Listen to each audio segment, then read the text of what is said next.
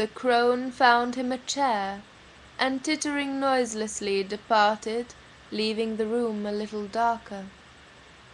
While the young lady attended to the coffee making, he had time to contemplate with some distaste a further series of family portraits which decorated the stained and peeling walls of the room. These livid faces all seemed contorted with a febrile madness, and the blubber lips, the huge demented eyes that all had in common bore a disquieting resemblance to those of the hapless victim of inbreeding now patiently filtering her fragrant brew, even if some rare grace has so finely transformed those features when it came to her case. The lark, its chorus done, had long ago fallen silent, no sound but the clink of silver on china. Soon she held out to him a tiny cup of rose-painted china. "Welcome," she said in her voice with the rushing sonorities of the ocean in it, a voice that seemed to come elsewhere than from her white, still throat. "Welcome to my chateau. I rarely receive visitors, and that's a misfortune, since nothing animates me half as much as the presence of a stranger. This place is so lonely now the village is deserted, and my one companion, alas, she cannot speak. Often I am so silent that I think I, too, will soon forget how to do so, and nobody here will ever talk any more." She offered him a sugar biscuit from a Limoges plate. Her fingernails struck carillons from the antique china. Her voice, issuing from those red lips like the obese roses in her garden, lips that do not move, her voice is curiously disembodied. She is like a doll, he thought.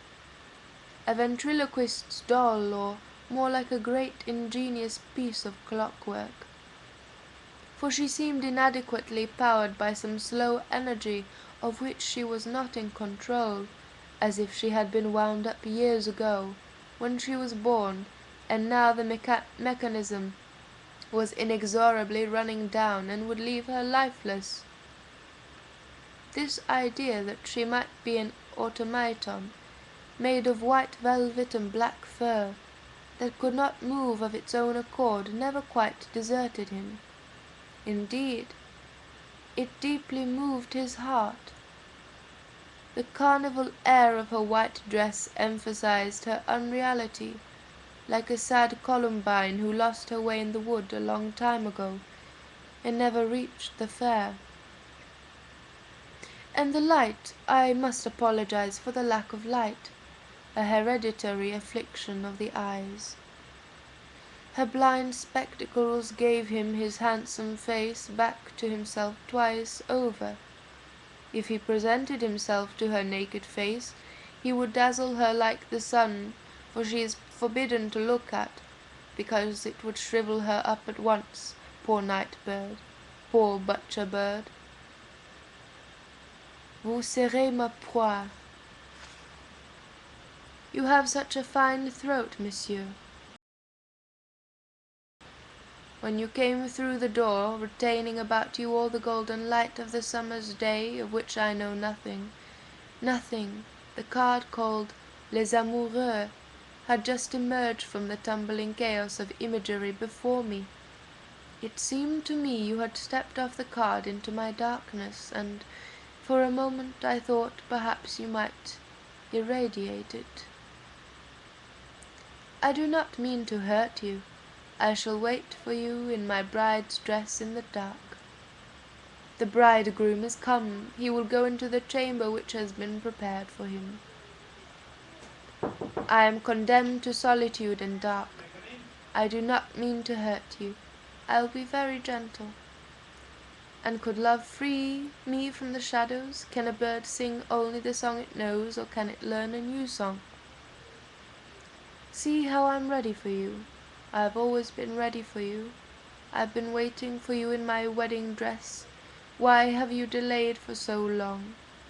It will all be over very quickly. You will no pain, my darling. She herself is a haunted house. She does not possess herself.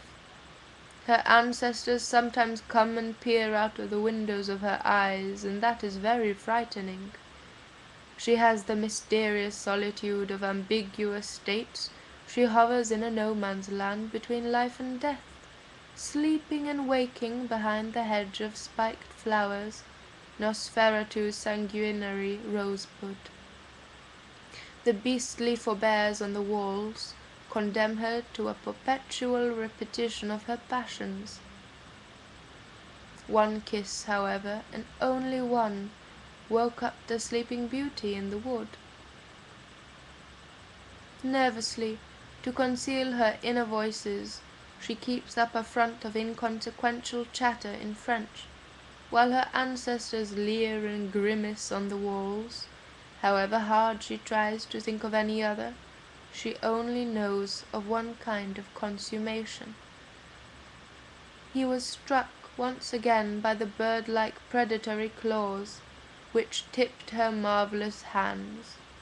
The sense of strangeness that had been growing on him since he buried his head under the streaming water in the village, since he entered the dark portals of the fatal castle, now fully overcame him.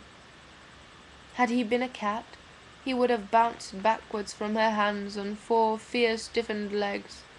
But he is not a cat. He is a hero. A fundamental disbelief in what he sees before him sustains him, even in the boudoir of Countess Nosferatu herself. He would have said, perhaps, that there are some things which, even if they are true, we should not believe possible. He might have said it is folly to believe one's eyes, not so much that he does not believe in her. He can see her, she is real.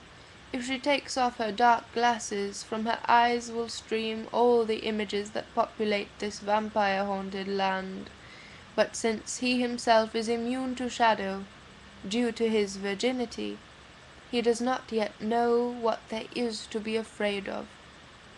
And due to his heroism, which makes him like the sun, he sees before them first and foremost an inbred, highly strung girl child, fatherless, motherless, kept in the dark too long and pale as a plant that never sees the light, half blinded by some hereditary condition of the eyes. And though he feels unease, he cannot feel terror, so he is like the boy in the fairy tale who does not know how to shudder, and not spooks, ghouls, beasties, the devil himself, and all his retinue could do the trick.